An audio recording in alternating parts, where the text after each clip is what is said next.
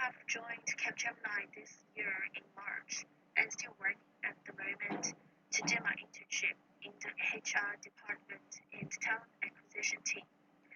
I have cited the changing habits and it's happening right now within the top IT consulting firm during and after the COVID-19 pandemic. Okay, so let's start this off by first get to know a little about the organization.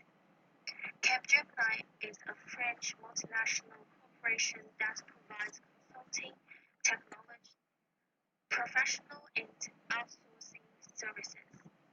It is headquartered in Paris, France. It is the number one IT consulting firm in Europe and the top three in the world.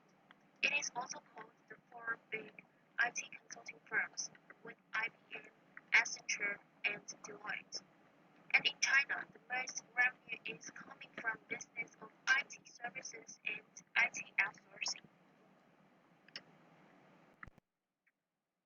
Now we want to know how does the COVID-19 has affected Capgemini's business model. Firstly, we need to understand its original business model. Having a proper business model for a company is important.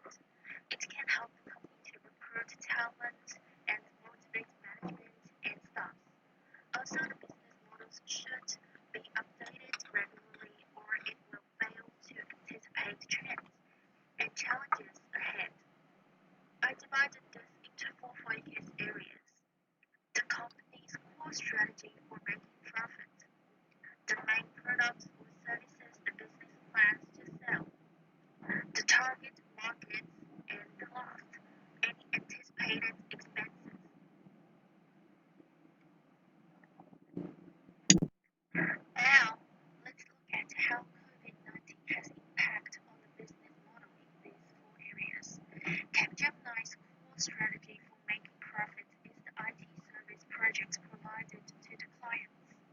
This graph is captured from the 2019 annual reports.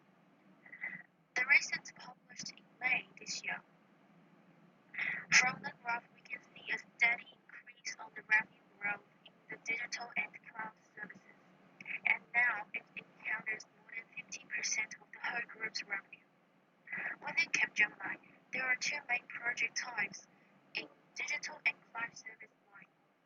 The fixed price projects, which is that the client and us will have discussed or contracted a fixed price for this project to get done, and the clients will not participate in the staffing and division of labor arrangements in the project.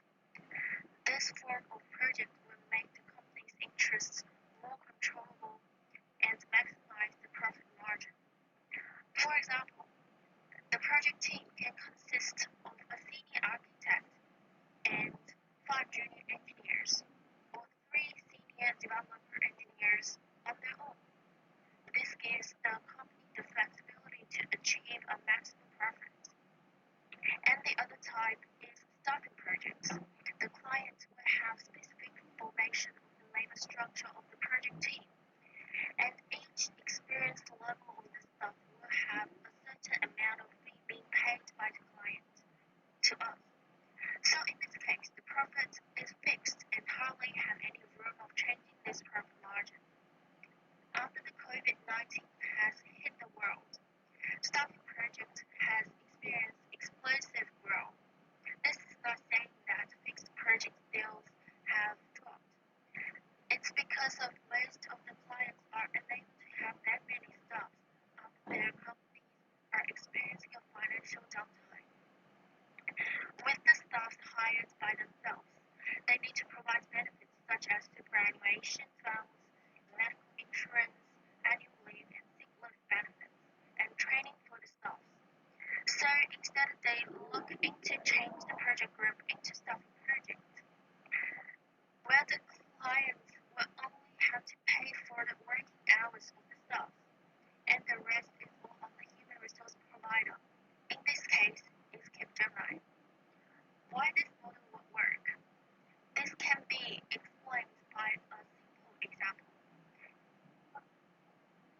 Universal Theme Park, as one of the clients of Capgemini in China, has a project of developing the ticketing system and online booking system.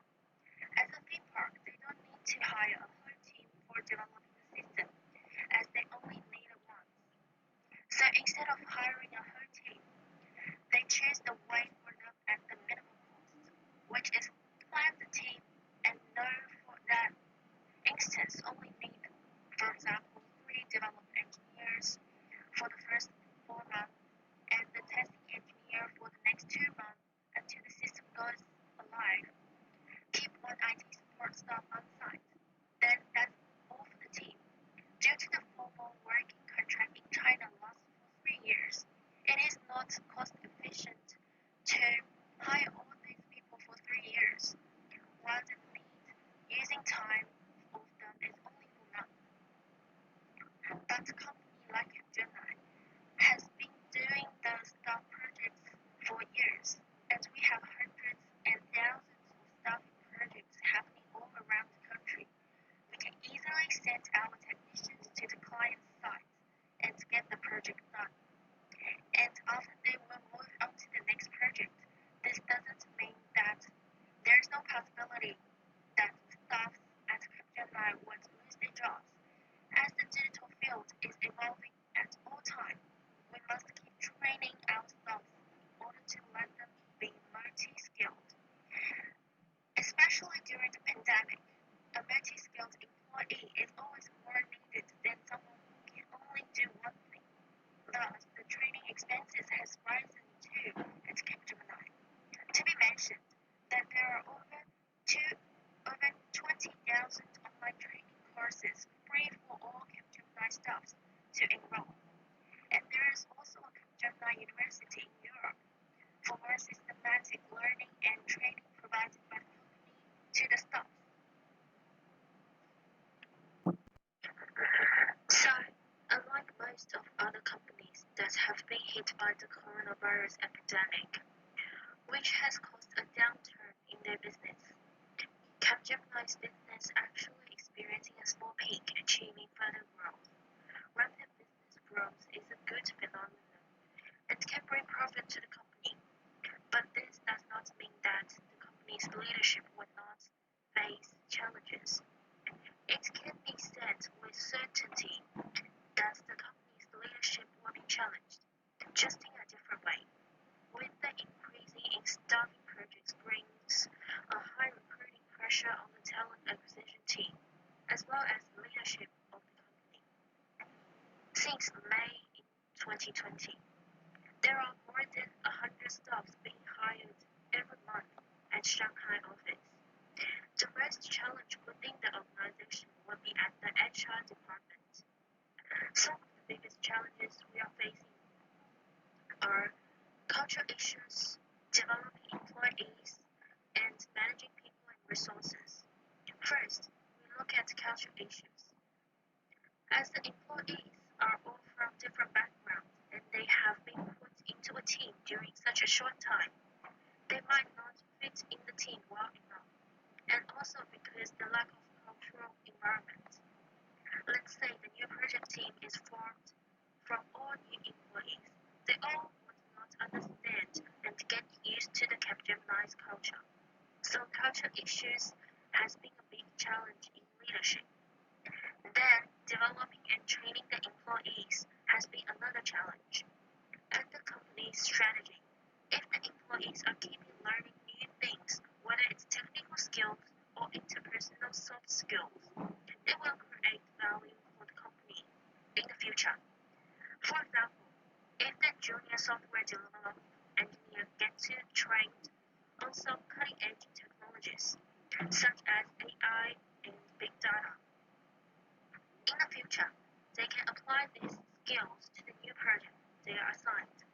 And also, if the employees get to learn more soft skills, such as how to handle stress and how to do self-emotional control, this will let them work more smoothly without feeling burnt out. So, training and developing this large group of employees is another challenge of the firm. The third is very typical challenge is that the managing of people and resources. We are not hiring them only for one project and only for a short period. This is not firefighting. The idea of how to manage people in proper way by a simple mechanism and can help to retain these employees and also avoid overhiring, which means to avoid the situation of in the future some employees are having no project to work on. So, here are the three major leadership challenges presented in Capgemini at the moment. We are now having our challenges listed down previously. So now let's look into the leaders' response to these challenges at Capgemini. And also my evaluation of the responses has been stated on the side of each action using these little stickers. With the culture issues, the firm has three responses. First, optimize the interview process. Besides the general interview round, there has been another round of interview consists of short answers. Ask the candidates to respond to a variety of situations, mostly based on teamwork and when facing cultural conflict. This can provide a guide to the company for the situation of how the candidates would react under the new environment. However, it creates much more effort for the HR and during the interview, candidates tend to show the best side or answering the questions, not expressing themselves. Secondly, hold a seminar for new employees on the topic of introducing the company's culture. It will give the employees a rough idea, however, in my opinion, it will do little work. They are not students anymore and asking them to sit in the seminar for hours, we are not sure how much they would take in. The third one is the mentorship program. This is very helpful as let the new employees can receive a more customized support and also can gain the direct feeling of how the company's culture during the daily work is, which is more vivid and effective. Regarding the second challenge, developing and training employees, Capgemini has done the following actions. Develop and promote online learning space, holding peer learning events, and having a strong HR training team on site. All these actions are effective and good response to this challenge from my perspective. We used to run training seminars at the office at a certain time without any recordings. This limited 10 days, as if the employees are too busy at work or they currently at client's office, they could not attend the session. By moving all the sessions online and to provide e-learning platform, they will have the choice of attend the offline seminars or join the online meeting room and even listening to the recordings after work. Similarly, the peer learning events are the events that held online, where every week an employee from a certain business line or sector would give a speech on the skill that they are most good at. Other employees are free to join this sharing event and see how their peers handle the problems in real life. In the end, the HR training team was only at the Shanghai office in China. Now, Capgemini has originated this training team to visit the client's offices all around the city periodically to provide the face-to-face communication opportunity. The employees can point out what are the things they want to have training on. Then the customized course will then be formed and given out in the next month. From my opinion, training in Capgemini is changing towards a better state, and I can see the company has put a lot of investment on training and developing of the future leaders. Then, with the challenge of managing people and resources, the company has did some huge actions. First, a new department has been founded. It's called Resource Management Department. What does this RM do? Is that systematically records every staff's project time and their skills in order to create a Gantt chart at the company's level. This is a very good move, as for example, if some employees are about to finish the project they are doing in 2 Instead of opening up the job position and hiring new staff, let these employees wait for the next project. The RM department can know that there is only a manageable gap for them, and this saves time for the whole hiring process and avoids culture issues and journey to develop the new hired staff. Another strategic move is to reform the HR hiring team. In last year, the hiring team is still running as normal, from talent seeking to interview process and finally sending the offer letter, always followed by one HR member. However, with the large hiring amounts nowadays, the hiring team has been divided into two groups: the talent acquisition team and the recruitment process team. One is focusing only on sourcing the suitable candidates and arranging the interview for them, with the following up on the interview results, arranging second round interviews, and sending the offer letters, all done by the recruitment process team. With this separation of workload, the situation of one HR staff handling 30 plus candidates interview and offer process as well as having to source new candidates can be avoided. This also let the team can be better handle the situation of high demand and more employees needed for staffing projects.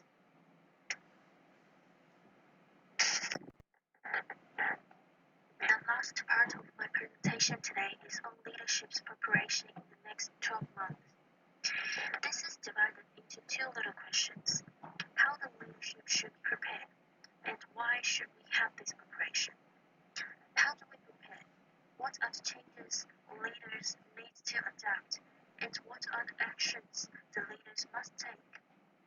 Based on the Capgemini's case study we looked at before, there are three must-haves this leadership preparation needs to adapt. Number one, focus on people and process, not only the current results. Focus more on the training and developing. Although it means some cost at this moment, it will bring benefits and value to the business in the long run. Number two, communicate and collaborate. Bringing people together to plan and execute change is critical. Successful leaders work across boundaries, encouraged employees to break out of their silos, and refuse to tolerate unhealthy competition.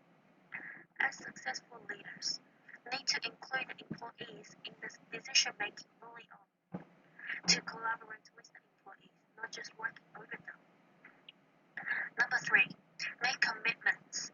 As leaders, we need to make sure that our own beliefs and behaviors do support the change too. Of course, change is difficult, but leaders who negotiate it and willing to step outside of the comfort zone are successful. Leaders also need to devote more of their own time to the change effort and focus on the big picture and the company's corporate strategy. Then, why do we need to prepare? Why we can't just change after a certain event has happened? If there's nothing happening in future, will that preparation be a waste? The answer is absolutely no. The preparation will never be a waste. As the saying goes, luck is what happens when preparation meets opportunity. Any event, whether good or bad, brings opportunities. If you're prepared, you will get lucky. And there is no doubt the current world is evolving at a fast pace. One very surprising example would be when I first joined Capgemini, we are looking for front-end development engineers who specifically know the framework called React Native. In March, there were only less than 10 people can use it on the market. And now 30% of the resumes get into my inbox as front-end developer. They know this framework, and it has only just been half a year.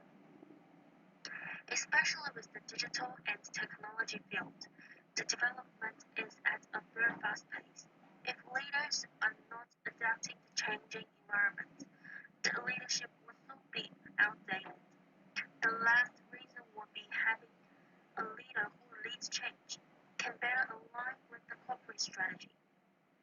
Always be at the front line of changing and understanding the newest information from the world will ultimately help to retain employees and then create value for the organization. And that's all for my presentation. Thank you all for your time. If there is anything else you want to discuss with me, feel free to send me emails or comments. Thank you.